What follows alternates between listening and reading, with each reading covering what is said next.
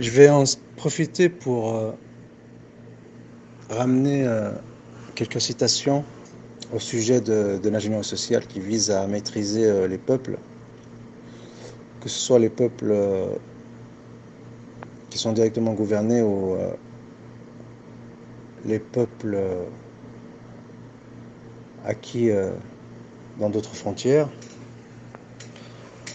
Il y a ce texte disant l'expérience la plus signifiante qui a été menée à ce jour concernant l'ajustement des relations entre les peuples supérieurs et inférieurs a trait à la façon dont les Russes ont traité les tribus asiatiques de Sibérie. Les résultats de cette expérience soutiennent puissamment l'idée selon laquelle il est très important d'entretenir une attitude spectatrice chez les supérieurs et une attitude exhibitionniste chez les inférieurs. Pour résumer, les Russes ont encouragé les peuples indigènes à mettre en œuvre un renouveau de la culture indigène, tandis qu'eux-mêmes admiraient les festivals de danse et autres démonstrations de la culture indigène, telles que la littérature, la poésie, la musique et ainsi de suite. Et cette attitude spectatrice s'est ensuite naturellement étendue aux relations des indigènes dans la production de l'organisation ou l'organisation. En revanche, lorsque l'homme blanc se considère comme un modèle et incite les indigènes à l'observer afin de voir comment les choses devraient être faites, nous assistons à une apparition soudaine de culte indigène. Le système s'emballe jusqu'à ce qu'un mécanisme compensatoire se développe. Le renouveau des arts, de la littérature, etc., des indigènes, devient alors une arme utilisée contre l'homme blanc. Ces phénomènes comparables au roi de Gandhi s'observent en Irlande et ailleurs. A l'inverse, si les peuples dominants stimulent eux-mêmes le renouveau de la culture indigène, avec Bruce Lee comme ça c'est la parenthèse de moi, avec Bruce Lee comme un porte-étendard de la culture chinoise, alors le système dans son ensemble est beaucoup plus stable et la culture indigène ne peut être utilisée contre le peuple dominant. Gregory Bateson. On continue. Pour l'autre citation. Doriot et Grob ont discuté en 1992 des rites de passage adolescent dans 3 sociétés traditionnelles non occidentales. En Occident, l'individualisme est une valeur qui n'est pas remise en cause. L'ego vide et creux a fait son apparition au sein des classes moyennes américaines, en même temps que la fin de la famille, de la communauté et de la tradition. L'alignation, la fragmentation et un sentiment de confusion et de perte de sens se répandent dans les sociétés occidentales, affectant en particulier les jeunes. Ce vide a besoin d'être rempli, et il est de manière compulsive, ce qui se traduit par divers dysfonctionnements dans notre société. Désordre alimentaire, donc ça c'est l'un des objectifs de Hollywood, qui est de pousser à la consommation. Donc c'est la fameuse parabole de King Kong dont j'ai parlé. Fièvre consumériste est ce qui est perçu comme le besoin d'avoir recours à des substances modificatrices de conscience. Donc ici intervient les programmes MK Ultra. Donc ici c'est Marlène Dopkins de Rio. L'environnement et la préparation. L'expression l'environnement et la préparation, c'est de mettre les conditions pour qu'un phénomène soit opératoire, notamment l'infiltration de cultures étrangères. Une autre citation savoureuse de Aldous Huxley, le monstre Aldous Huxley, qu'on ne présente plus. Je pense que d'ici à la prochaine génération, les dirigeants du monde auront découvert que le conditionnement des jeunes enfants et le narco-hypnose sont plus efficaces en tant qu'instrument de gouvernement que les matraques et les prisons, et que la soif de pouvoir peut tout autant être étanchée en suggérant au peuple qu'il peut aimer sa servitude qu'en le flagellant et le frappant pour obtenir son obéissance. Voici pourquoi actuellement on dit que les pays occidentaux sont tolérants et beaucoup moins violents et autoritaires que les pays orientaux. Voici parce que justement ces pays occidentaux, après peut-être qu'il y a certainement d'autres raisons, j'en ai parlé par le passé, eh bien parce qu'ils sont acquis à la méthode du soft power et de l'ingénierie sociale. Et on prend ça malheureusement pour le summum de la civilisation, alors que c'est une méthode d'asservissement. Et voilà. Et malheureusement, les musulmans eux-mêmes tombent dans le panneau, si bien qu'on assiste à une vague d'apostasie, alors qu'ils sont le fruit de cette lobotomisation. Je continue. Notre goût pour la simplicité nous a amené à compresser le chaos des années 60 en une révolte juvénile, monolithique. Donc le thème de La révolte juvénile est très intéressante, notamment avec ce petit japonais qui imite Bruce Lee à l'âge de 5 ans. Donc nous sommes tellement, nos consciences sont tellement perverties qu'on trouve ce phénomène normal, alors qu'il suit un programme, je vais en parler à l'avenir. Mais il existait alors deux philosophies distinctes parmi les révolutionnaires sur la façon de refaire le monde. La première consistait à prendre le pouvoir politique et à utiliser cet avantage pour élever le niveau de conscience et sauver le monde. Donc ça, c'est pour les révolutionnaires. La seconde proposait une attaque contre la conscience elle-même, à l'aide d'une famille controversée et bientôt illégale d'agents psychochimiques, les psychédéliques. Donc c'est la fameuse contre-culture des années 60, alors que ceux qui consommaient ces substances, ils pensaient qu'ils étaient subversifs, alors qu'ils étaient des grands dindons de la farce. Cette citation est de J. Stevens. Une autre citation croustillante, vous ne parviendrez pas à renverser l'éthique protestante en 2 années. Marshall McLuhan à Timothy Leary. Donc bien sûr, ils ont utilisé des modèles, des procédés qui sont lents, ils sont très patients, ils ont une longue haleine, et Bruce Lee en est l'un des exemples. Dans le premier paragraphe de leur livre référence In Darkness and Secrecy, The Anthropology of Asocial Theory and Witchcraft and Amazonia, donc ici, comment la sorcellerie a été vulgarisée dans les sociétés occidentales. Le professeur Neil Winhout Whitehead et le docteur Robin Wright nous donnent cet avertissement. Le chamanisme, donc le retour du chamanisme dans les sociétés occidentales, ou en tout cas l'inoculation du chamanisme dans les sociétés occidentales, est une obsession émergente au sein des classes moyennes du monde entier. Les livres de vulgarisation, les émissions télévisées, les articles Internet se concentrent sur les bénéfices physiques et psychiques que les techniques chamaniques seraient censées apporter. Cet intérêt accru a entraîné une épuration continue de pratiques rituelles par ce qui inspire cette quête fiévreuse de sens intérieur et d'épanouissement.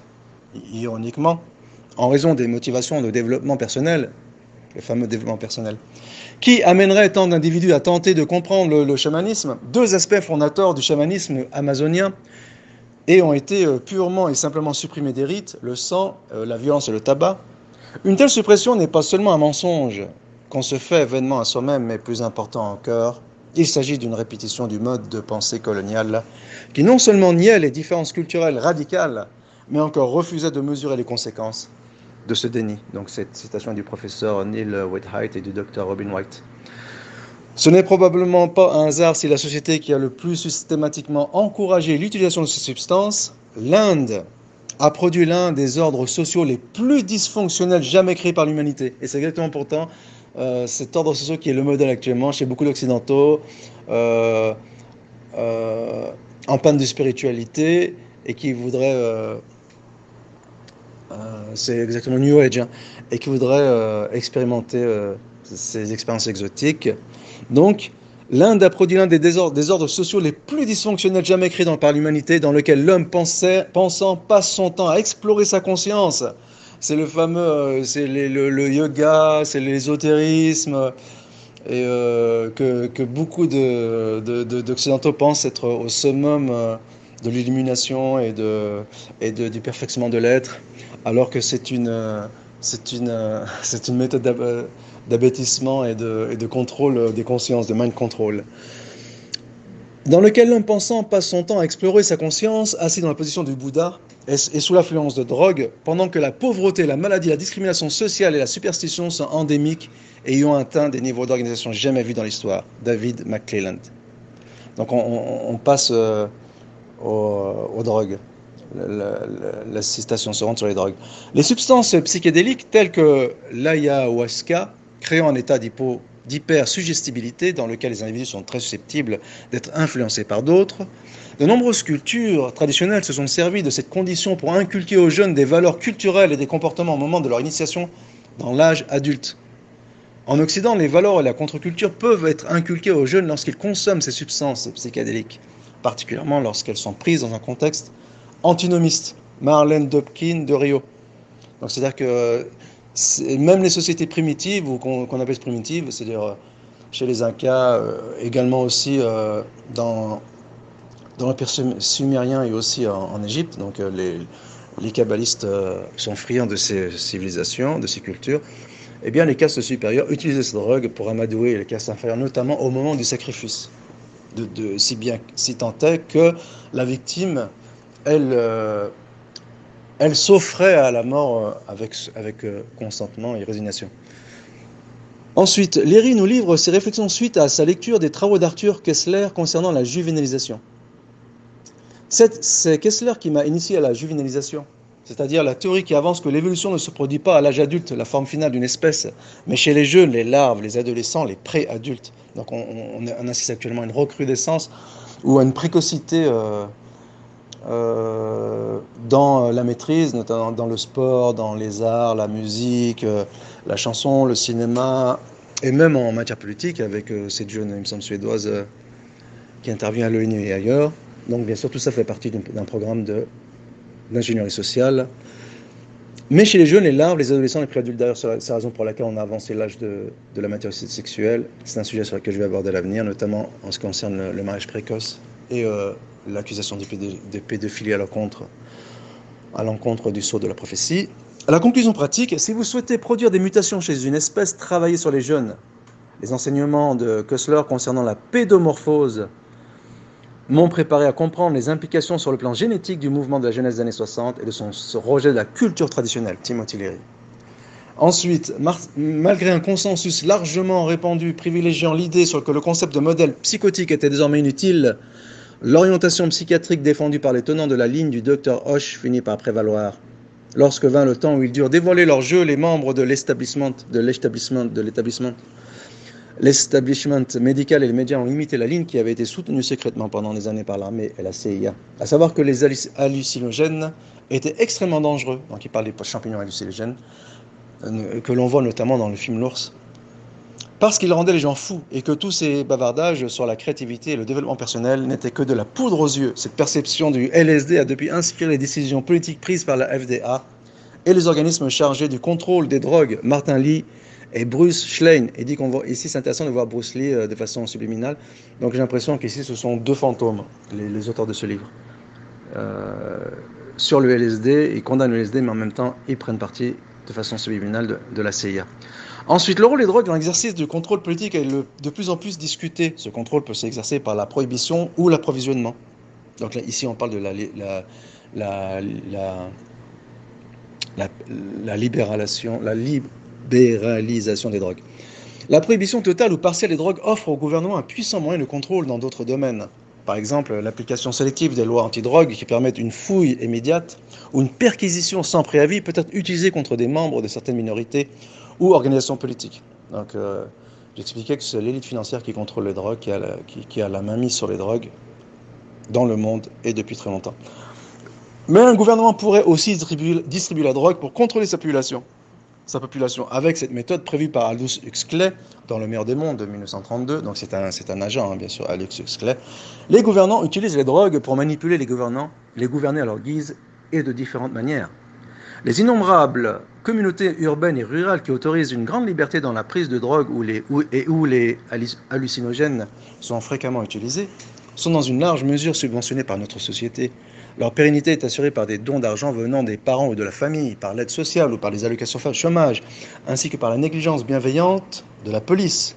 En fait, il serait sans doute plus commode et peut-être même plus économique de maintenir les usagers de drogue, et plus particulièrement ceux qui prennent des hallucinogènes, dans un état d'isolement et d'éloignement du marché du travail qui compte déjà des millions de chômeurs. Les communards, avec leurs drogues hallucinogènes, sont sans doute moins gênants pour la société et moins coûteux s'ils sont maintenus à l'écart que s'ils décidaient de s'engager dans d'autres modes d'expression de leur aliénation, comme par exemple la dissidence et la protestation politique active, vigoureuse et organisée. Les hallucinogènes représentent actuellement une part modérée mais significative de l'ensemble des problèmes de la drogue dans les sociétés occidentales. Ce qui précède peut fournir un cadre de référence dans lequel les problèmes sociaux, mais aussi cliniques, posés par ces drogues peuvent être considérés. C'est une citation de Louis Jolion West.